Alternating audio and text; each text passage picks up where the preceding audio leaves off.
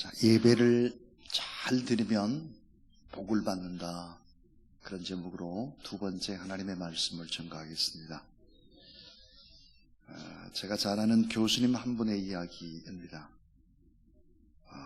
이분은 고 김대중 대통령의 심장 주치의이기도 했습니다. 건국대 의대 송명근 교수님은 심장수술의 1인자입니다. 1992년 11월 국내 최초의 심장 이식수술에 성공한 이후에 초저체온증, 이 대동맥 수술과 심장과 신장 동시에 이식해서 대동맥 판형성형술을 국내 최초로 성공시킨 심장수술 분야의 신기록을 경신해 왔습니다. 부천의 세종병원이라든지 또 서울 아산병원에 근무했고 2007년도에 이제 건국병원에 스카웃이 돼서 심장수술용 대동맥 인공 판막의 반값 정도밖에 안 되는 판막 기능 보조장치인 특수 제작량을 개발해서 돈도 많이 벌었다고 합니다. 돼지 심장 수술한 것까지 합치면 심장 수술의 횟수가 1만 건이 넘는다고 합니다. 그러니까 심장이 훤히 보이기 때문에 이 수술에 참 별로 두렵지 않을 것 같은데 그분이 이런 얘기를 하고 있습니다. 자기 관리, 손이 떨릴까봐 수술 전에는 커피 한 잔도 마시지 않고 걷기 운동을 많이 하고 손의 유연성을 위해서 여러 종류의 공을 들고 팔과 손 운동을 하고 그러면서 이제 이런 얘기를 또 하고 있습니다. 대낮에 복면을 쓰고 다른 사람의 가슴에 칼을 꽂는 직업은 두 종류밖에 없어요. 흉부외과 의사와 강도지요. 그런데 흉부외과 의사가 수술 전날 술을 마시거나 잠을 충분히 자지 않고 들어오는 것은 용서받을 수 없는 일입니다. 무책임의 극치라고 생각합니다. 자, 그가 한 말 가운데 또 이런 말도 있습니다. 그의 좌우명은 정확한 판단, 치밀한 계획, 과감한 실천, 철저한 사후 평가. 그랬습니다. 이분이 강조하는 얘기가 뭘까? 기초입니다. 기초, 기본, 기초. 이것은 기본이 아니라 최고의 경지까지 오르는데 필수가 바로 기초, 기본이다 그랬습니다. 한 분야의 일가를 이룬 사람들을 고수라고 합니다. 여러분, 고수와 하수의 차이가 무엇일까요? 여러분, 프로와 아마추어의 기준이 뭡니까?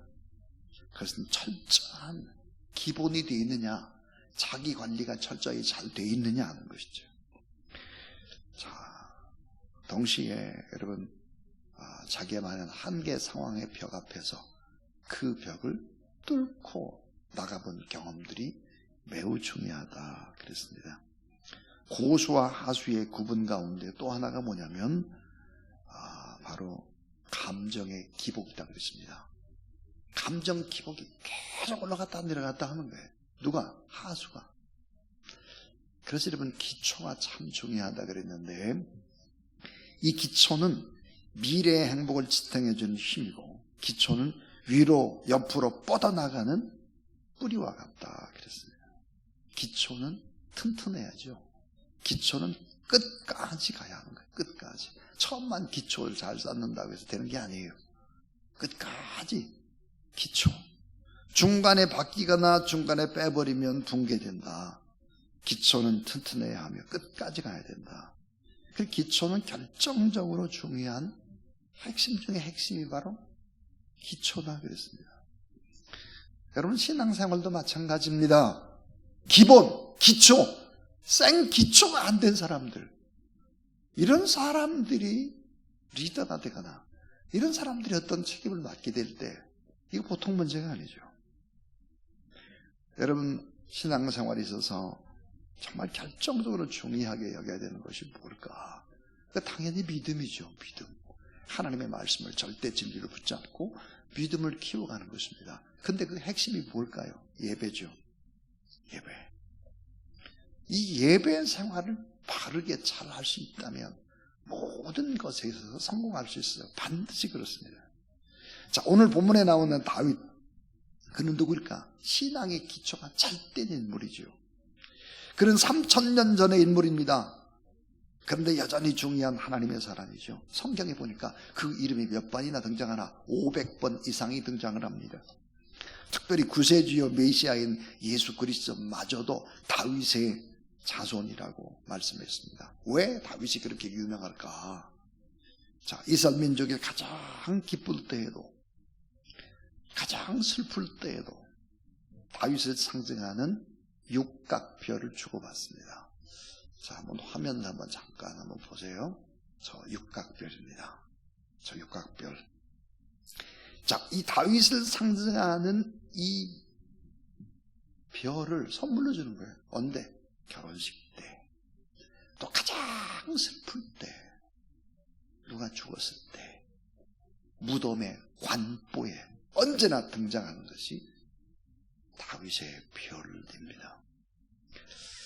자, 심지어는 고난의 이 식민지 백성으로 살면서도 메시아를 기다리죠. 그 메시아를 다윗 같은 사람으로 비유하곤 했습니다. 자, 그럼 그 다음에 또 한번 보여줘 보세요. 예. 여러분, 이렇게 보니까 정확히 어디서 본 것 같죠? 저 별은 바로 이스라엘의 국기의 한 가운데 있습니다. 이스라엘 국기. 여러분, 이스라엘 국기가 상징하는 것이 뭘까? 다윗입니다. 다윗의 별이죠. 다윗은 어떻게 이렇게 유명해졌을까요? 다윗이 늘 싸워서 이긴 유명한 장군이라서 그럴까? 성경에 보니까 이 다윗은요, 됐습니다. 이 다윗은 6가지에 있어서 싸워서 이깁니다. 6가지. 그 6가지를 한번 잘 생각해 보세요. 이 첫 번째, 이 다윗은 어렸을 때 곰과 사자와 싸워서 이깁니다. 곰과 사자와 싸워 이겨요. 여러분, 곰과 사자와 싸워서 이겨서 유명합니까? 그렇지 않죠. 3000년 동안 다윗이 유명한 것은 힘센 곰과 싸우고 사자와 싸워서 이겼기 때문에 유명한 것이 아니잖아요. 용맹스럽기 때문에 유명한 게 아니잖아요.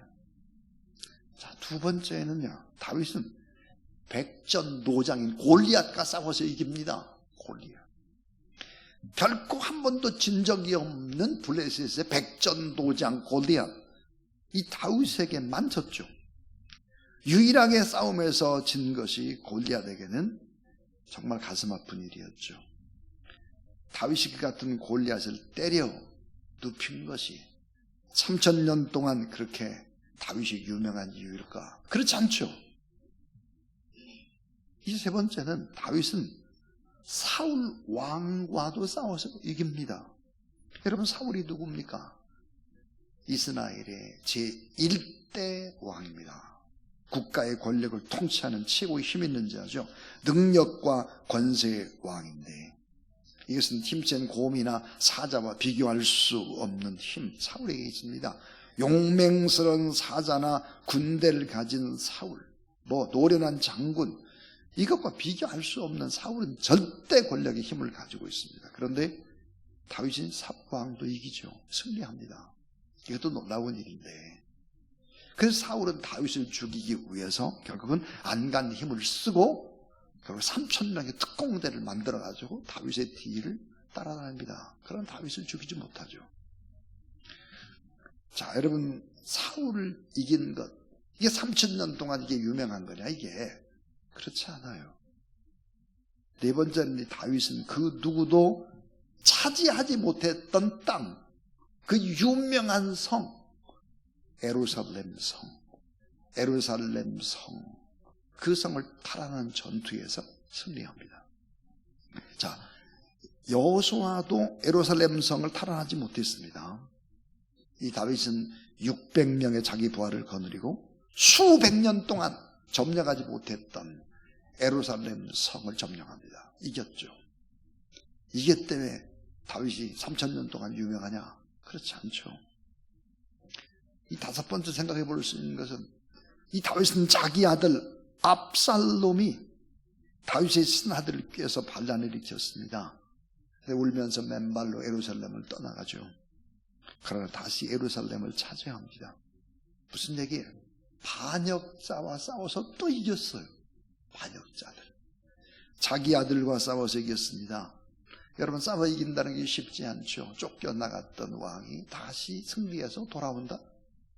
수없이 싸워 이겼습니다. 이것이 다윗이 유명한 것일까? 곰과 사자와 싸워 이겼어. 골리앗과 싸워 이겼어.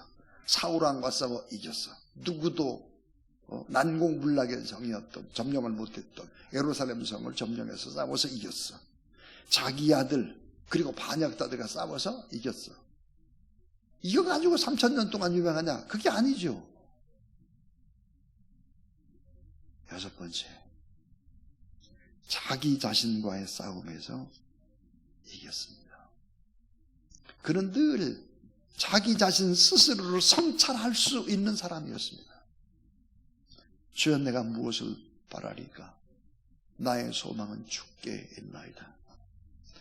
여러분, 다윗이 3000년 동안, 이 세월 동안 유명한 이유, 사람들의 가슴에 신금을 올리는 이유, 오늘 이 설교 속에서도 다윗에 관한 이야기를 하는 그 이유, 싸워서 이긴 것은 결정적으로 유명한 이유가 되지 못해요. 자, 3000년 동안 계속해서 다윗을 귀한 하나님의 사람으로 존경하고 따르는 이유는 이 6가지 싸움에 이긴 것보다 훨씬 더 중요한 게 있다고요. 그게 뭘까 하는 거예요. 저는 3가지 얘기를 하려고 해요. 그 첫 번째는요, 이것보다 훨씬 더 중요한 거, 그게 뭘까? 하나님을 사모하며 하나님을 찾는 자였기 때문입니다. 하나님을 사모하고 그 하나님을 찾는 거예요. 다윗이 70년의 인생을 살았습니다. 근데 그가 죽은 지 1000년쯤 지났을 때 메시아인 예수 그리스도가 오셨습니다. 사랑하는 여러분, 하늘과 땅의 권세를 가진 모든 힘을 가진 하나님의 아들 예수 그리스도가 만왕의 왕으로 오실 때 어떻게 소개할까? 따라하세요. 호산나, 다윗의 자손으로 오시니요. 다윗의 이름이 들어갑니다. 예수 그리스도가 오실 때 탁월한 구원자 예수 그리스도, 만왕의 왕 예수 그리스도, The King of Kings, 하나님과 동등된 예수 그리스도를 소개하는데 다윗의 이름이 붙어 나온다, 그 말이에요. 다윗이 이렇게 3000년 동안 칭찬받을 수 있는 이유가 뭘까? 그는 하나님을 찾고 또 찾는 자입니다. 열심으로 하나님을 찾고 사모함으로 찾고 목마른 사슴이 시냇물을 찾기에 내가 갈급함으로 하나님을 찾나이다 그랬어요. 자신만 하나님을 찾는 것이 아니에요. 수많은 사람들, 자기를 따르는 수많은 사람들이 하나님을 찾도록 자신의 모든 것, 왕권을 걸고 예루살렘에 있는 모든 사람들이 하나님을 찾기를 원했습니다. 예루살렘에 거하는 사람들뿐만 아니라 이스라엘 전체 몽땅 다 모든 사람이 유월절과 오순절과 초목절에 하나님의 전을 찾기를 소원했죠. 평생 소원이었어요. 하나님의 소원을 아름답게 들어드리는 것. 평생 가져야 될 기초 뭘까요? 하나님을 찾고 하나님 앞에 예배 드리는 거. 이거 잘해야 돼. 이거 못하면 꽝이야. 이거 못하면 교회에서 뭐 이러쿵저러쿵 막 떠들고, 핵심이 뭐냐? 예배 생활 제대로 하는지 점검해보면 알 수 있습니다.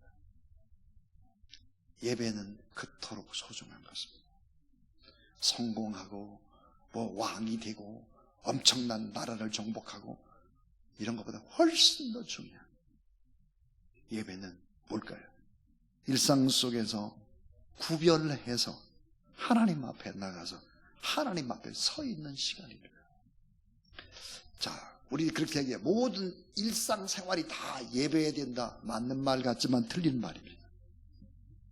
여러분, 일상이 전부 다 예배의 삶이 되기 위해서는 꼭 필요한 것이 뭘까? 그것은 구별된 시간이 있어야 합니다. 구별된 시간을 하나님 앞에 드리고 정해진 약속된 시간에 하나님 앞에 서 있는 특별한 시간, 바로 예배의 시간입니다. 여러분, 창세기에 보면 가인이 나오죠. 가인과 아벨.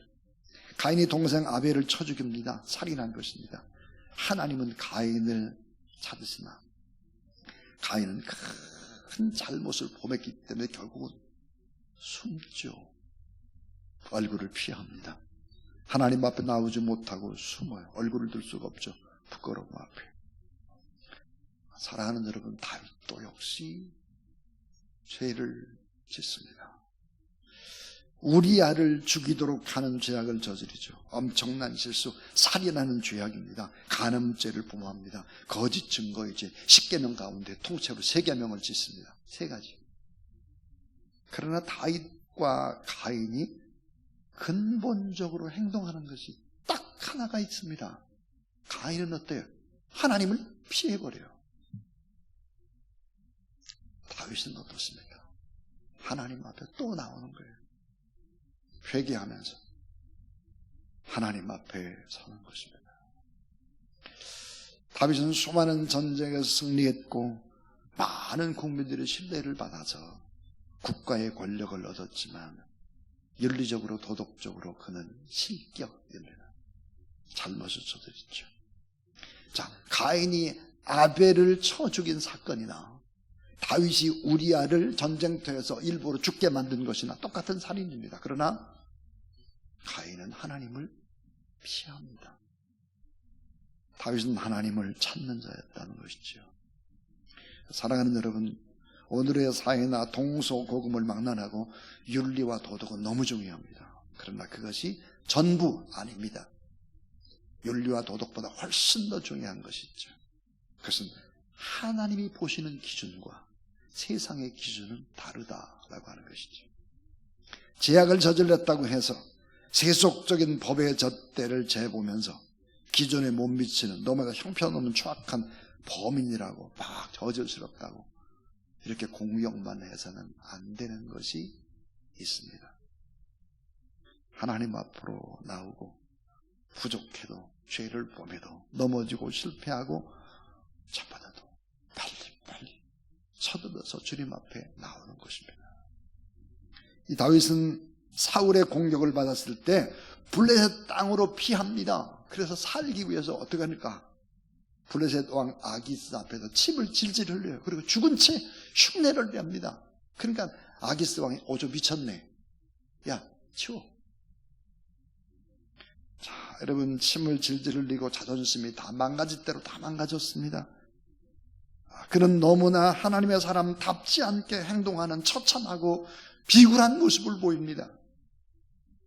그런데 오늘 우리가 읽었던 시편 34편에 보면 그는 이 굴욕적인 모습을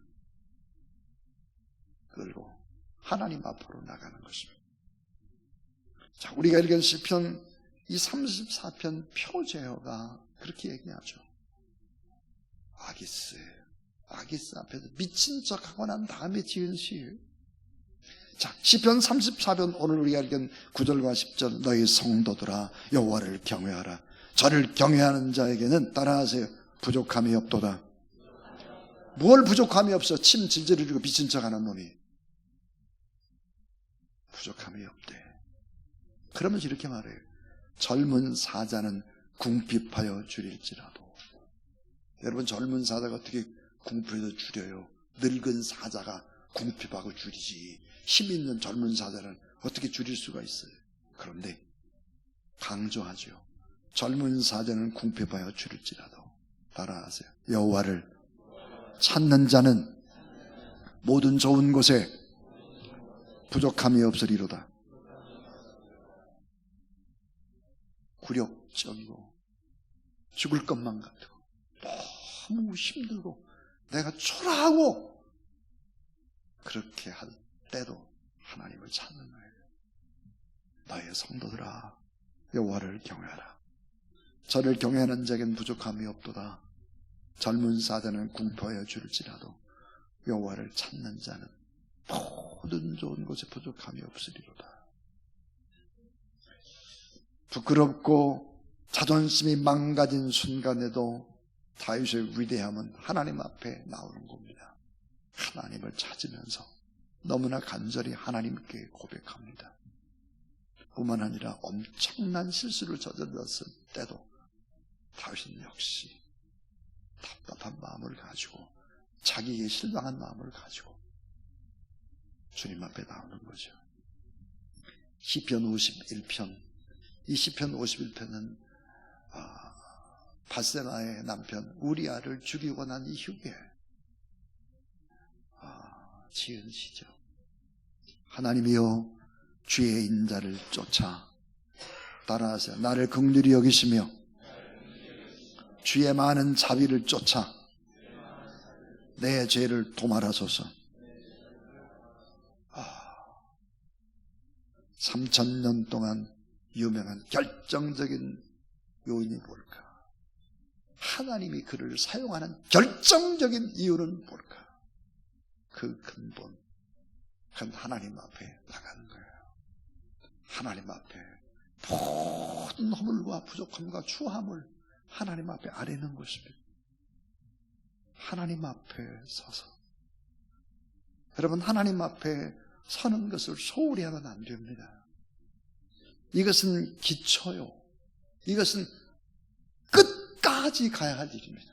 끝까지. 결정적인 중요한 일이죠. 이게 바로 고수, 믿음의 고수들이 지켜야 하는 것이다. 두 번째입니다. 두 번째는 하나님 앞에 드리는 자였기 때문입니다. 하나님 앞에 드려요. 예배는 하나님 앞에서 하나님을 어때요? 찾는 겁니다. 그 다음 뭐야? 드리는 거예요. 여러분, 시편의 반 정도를 다윗이 썼습니다. 그 대부분 뭘까요? 다윗이 하나님 앞에 드리는 거예요. 드리는 기도. 마음을 드리고 찬양을 드리고 예물을 드리고 주여 나의 소망이 어디 있습니까? 나의 소망은 주님밖에 없습니다. 수동적이 아니라 능동적이고 피동적이 아니라 적극적으로 그렇게 하나님 앞에 드리는 것입니다. 자기를. 자기 인생이 손 넣을 만큼 남았다 이거예요. 얼마 남지 않았다는 거예요. 자기를 드리는 거죠. 여러분, 찬송가 528장에 보면 이런 찬송이 있어요. 예수가 우리를 부르는 소리, 그 음성 부드러워 문 앞에 나와서 사면을 보며 우리를 기다리네. 오라 오라 방황치 말고 오라. 따라하세요. 죄 있는 자들아 이리로 오라. 주 예수 앞에 오라. 2절은 이래요. 간절히 오라고 부르실 때 우리는 지체하랴. 주님의 은혜를 왜 안 입었고 못 들은 채 하려나. 오라 오라 방황치 말고 오라. 죄 있는 자들아 이리로 오라. 주 예수 앞에 오라 그랬습니다. 이게 528장인데요 527장도 이래요. 어서 돌아오 지은 자가 아무리 무섭고 크기로 주 어찌 못 감당하고 못 받으시리요. 우리 주의 넓은 가슴은 따라하세요. 하늘보다 넓고 넓어. 이 하나님 앞에 우리가 드리는 거예요. 우리 자신을 드리는 것입니다. 연세대학교 역사학과 교수였던 김동기 교수가 쓴 책에 보면 이런 내용이 나옵니다. 살아있는 동안 꼭 해야 할 49가지를 보면 남편과 아내의 이야기가 나오는데, 남편은 직장생활과 자기 진로 때문에 오직 일에만 매진합니다. 그러다 보니 아내와 이야기할 시간도 많이 가지지 못했고 집안일도 거의 도와주지 못합니다. 그러던 어느 날 남편이 일찍 와서 집안일도 도와주고 거기다가 아내의 선물까지 사왔습니다. 아내가 그렇게 갖고 싶어 했던 비싼 다이아몬드 반지입니다. 행복한 기분으로 아내가 집안일을 정리하고 잠들려 하는데 남편이 뒤에 있는 아내를 살며시 안으면서 이렇게 말을 했습니다. 여보, 미안해. 오늘 건강검진 결과가 나왔는데, 그러면서 이제 남편이 말을 못하고 눈물만 후두둑 흘립니다. 남편은 불치병, 암에 걸렸습니다. 정신없이 앞만 보고 달렸을 때 아무것도 보이지 않았는데 중대한 병에 걸리고 보니까 자신의 인생이 보이기 시작한 거예요. 자신의 가족이 보이기 시작한 것입니다. 이것이 뭐예요? 세상 살아가는 사람들의 이야기예요. 우리의 삶은 어때야 될까? 하나님 앞에 예배드리는 삶, 시간과 물질과 나의 남은 삶이 정말 손 넓을 만큼 됐구나, 얼마 안 남았구나, 이걸 참 생각하면서 난 무엇을 가지고 주님 앞에 나가나, 이런 생각들을 우리는 품어야 할 것입니다. 다윗은 성전을 지어서 하나님 앞에 드리고 싶은 열망, 성전. 자, 본격적으로 예배드리고 싶은 열정이 타올랐기 때문에 500년 전 다윗이 살던 500년 전 시내산에 받은 언약궤, 이 법궤를 예루살렘으로 모아가지고 백성들이 예루살렘에 모이게 하고 싶은 열망이 있었습니다. 그래서 레위인 고핫 자손이 어깨에 메고 다니던 그 언약궤를 더 이상 옮기지 않고 예루살렘으로 모시고 찬양을 드리고 싶어 했죠. 여러분 잘 아는 대로 언약궤가 돌아올 때 다윗이 어땠죠? 너무너무 기쁘니까 춤추며 막 난리를 치다가 자기 바지가 내려가는 것도 알아채지 못할 정도로 기뻐했다. 고대 근동의 역사를 보면 대부분 왕들이 자신을 위해서 궁궐을 짓고 그 업적을 남기려고 합니다. 그럼 딱 한 사람, 다윗만은 그러지 않았다는 거죠. 자신의 왕위를 다 걸고 성전을 짓고 싶어 했습니다. 그리고 주님을 사모하고 주님께 자신을 바치고 싶어 했습니다. 자, 하나님께 이 드리고 싶은 다윗의 마음, 하나님이 응답을 이렇게 주셨습니다. 너의 후손이 왕위를 차지하고 끊어지지 않고 계속될 것이다 그랬습니다. 다시 말하면 다윗 너의 후손에서 영원한 통치자가 나올 것이다. 그 영원한 통치자가 누굴까요? 예수 그리스도였습니다. 예배란 뭡니까? 두 가지겠어요. 하나님을 사모하면서 내 형편과 처지가 어떻든지 간에 은혜의 보좌 앞으로 우리가 나아가는 거예요. 찾는, 하나님을 찾고 구별하는 시간을 드리는 것입니다. 또 하나, 하나님 앞에 온전하게 가장 귀한 것을 내가 드리는 것이 바로 예배다. 마지막 세 번째는 하나님 앞에, 자, 예배라고 하는 것이 뭘까? 하나님 앞에서 가장 귀한 것을 받는 자리예요. 예배는 뭘까? 하나님 앞에서 가장 귀중한 것을 돌려받는 자리입니다. 우리 하나님 앞에 시간도 바치고 뭘 바쳤다고 바치잖아요. 돌려받아요. 그냥 돌려만 받는 게 아니에요. 돌려받는 거 플러스 뭐야? 알파죠. 아브라함이 자기 100세에 난 아들 이삭을 하나님 앞에 번제물로 바칩니다. 자, 나중에 보니까 번제물로 바쳤던 이삭이 결국은 아브라함 품으로 다시 돌아오죠. 근데 여러분, 번제단위에 바쳤던 이삭과 다시 아브라함한테 돌아왔던 이삭은 다른 이삭입니다.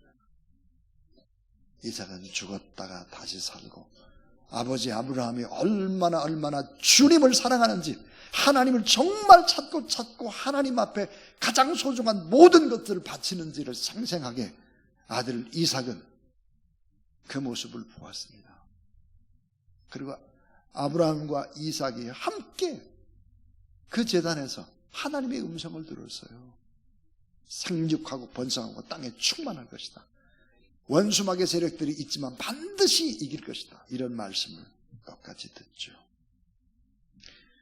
사랑하는 여러분, 레위기에는 5대 제사가 나오는데 그 첫 번째가 번제입니다. 내가 생명을 하나님 앞에 헌신해서 바치는 제사가 번제예요. 또 하나는 소제죠. 내가 가지고 있는 물질이 이런 걸 들여서 감사하고 기뻐하고 헌신으로 바치는 게 이제 소제예요.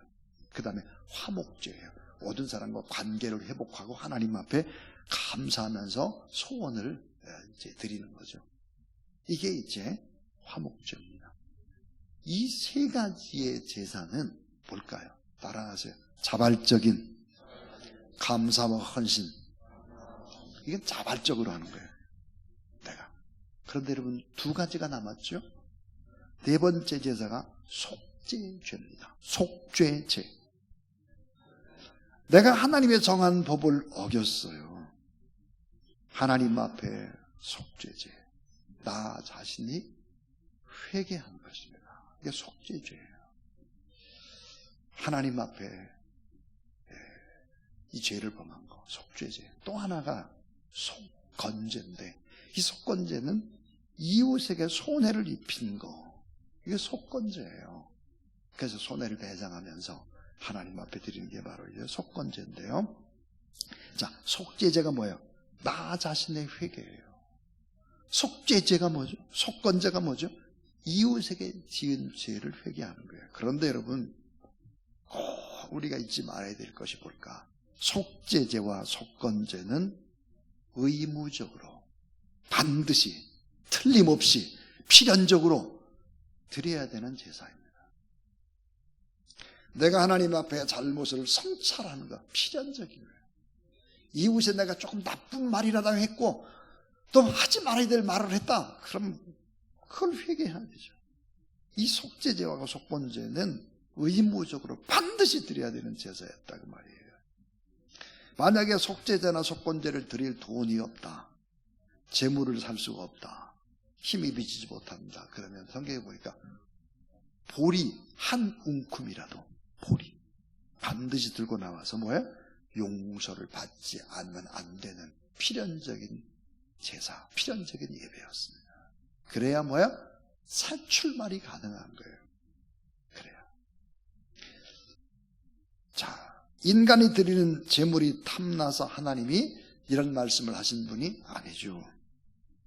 인간을 용서해주고 싶은 하나님의 사랑, 인간에게 새로운 삶을 좀 주고 싶은, 이 죄책감을 잊어버리고 새롭게 시작할 수 있도록 십자가의 완전한 속죄, 이걸 주고 싶어 하셨다 하는 것입니다. 여러분, 다시 시작하는 미래는 언제나 용서를 통해서만 가능한 것입니다. 오늘 여러분 오전에 예배를 드리고 또 오후에 예배를 드렸습니다. 여러분, 이것은 얼마나 중요한 일인지 모릅니다. 만약에 여러분이 지금 피곤하다고 집에 가서 뭐 할 것 같습니까? 눕거나 TV를 보거나 유튜브를 보거나 그렇게 하고 인생은 그렇게 흘러갈 거예요. 우리에게 도움이 전혀 되질 않는. 근데 하나님 앞에 드리는 시간은 그렇게 아깝게 생각을 해서는 안 되는 거죠. 신령과 진정의 예배를 드릴 때 죄의 용서를 받고 하나님의 사랑과 이웃 사랑을 다시 시작하고, 그러면 하나님이 어때요? 놀라운 축복 주세요. 놀라운 축복. 오늘 시편 34편 15절에 이렇게 말했죠. 따라하세요. 여호와의 눈은 의인을 향하시고 저희 귀는 부르짖음에 기울이시는도다. 다윗이 3000년 동안 그렇게 유명했던 이유, 6가지 싸우고 다 이겼기 때문에 결코 아닙니다. 하나님을 찾는 자, 하나님께 드리는 자. 그래서 결론이 뭘까요? 하나님께 가장 중요한 것을 받아요. 그 가장 중요한 게 뭘까요? 아름다운 미래입니다. 예배자에게 주는 축복이 뭘까요? 아름다운 미래예요. 미래. 행복한 미래. 죄 용서를 받았기에 그는 지치지 않는 열정과 하나님을 바라볼 때 계시와 계시의 영을 주셨기 때문에 새 마음, 그 하나님 마음에 합한 주님의 사람이 되는 거죠. 그리고 놀라운 미래를 선물로 받습니다. 여러분, 3000년의 시간이 흘러갔는데도 우리는 다윗의 이야기를 하고 있습니다. 다윗의 진리를 얘기하고 있습니다. 하나님이 뜻대로 인생을 살면 그런 거죠. 그냥 사라져가는 법이 없습니다. 여러분이 하나님 앞에 온전한 모습으로 예배드리며 따뜻하게 삶을 살 수 있다면 여러분은 아름다운 미래를 통째로 선물 받을 수 있다 믿으시기를 바랍니다. 하나님은 여러분을 사랑하시고 여러분에게 복 주시기를 소원하십니다.